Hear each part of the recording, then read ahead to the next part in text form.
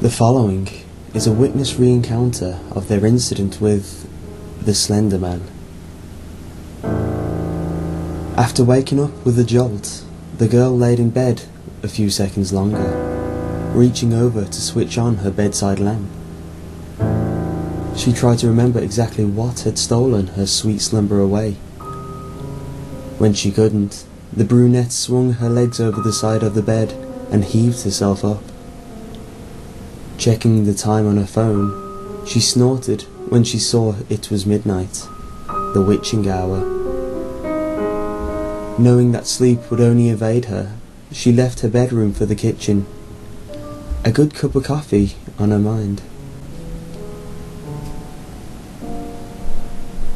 As she passed her front door, a chill spread like liquid fire down her spine.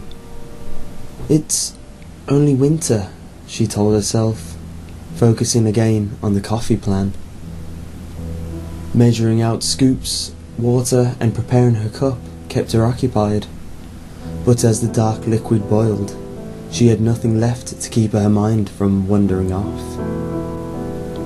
The chill returned, and she couldn't help but glance behind her to the front door. It stood there, innocently enough, just like always. The deadbolt was still in place, and she could see nothing amiss with it. Turning back to her coffee, she did her best to forget about the feeling. With her cup in hand, she started back towards her bedroom. As she walked by the front door, she decided that a quick glance out of the peephole would help calm her restless thoughts. The chill worsened with each step she took towards the door, and further away from the safety and warmth of her blankets. She pressed her empty hand against the cold metal door and took a deep breath before leading her eye into the peephole. At first, she could only see an inky blackness somehow seemed to swirl in itself. When she blinked in surprise, the void melted away. She wished it hadn't. In its place, there stood what she could only guess was once a man. The limbs were long and inhumanely awkward, with bulky joints branching off into several arms, not unlike the branches of a tree. The creature was draped in a black suit, somehow making the thing more nightmarish to her. The icing on the proverbial cake, however, was what passed as the hellish thing's face. It was as though her mind blurred the ghastly visage to spare itself further shock and horror. She shoved herself away from the door, with the hand still pressed against it. The scalding mug of coffee fell, the liquid burning her bare legs as she fell backwards and tried to crawl away from the door. She knew, somehow, that her mind hadn't been playing tricks on her. As she crab-walked away from the door, she watched the tendrils, as black as the void itself, snake around through the cracks. The girl was trapped between the instinct to flee and the gut feeling not to turn her back on the door. When the door jolted, the urge to flee overcame her, and she slipped on the burning liquid as she tried to make it back to her room.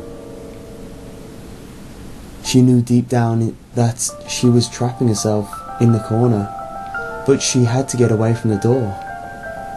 The girl was halfway down the hallway when she heard the previously unlocked door creak open. She screamed and slipped into the wall, cracking her chin on it and stunning her. After that, there was only blackness.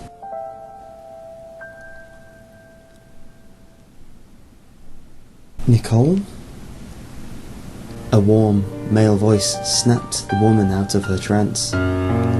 As she turned around, she was met by one of her sister's doctors. She nodded, not sure if she should say anything, or even if she could find a voice if she did have something to say.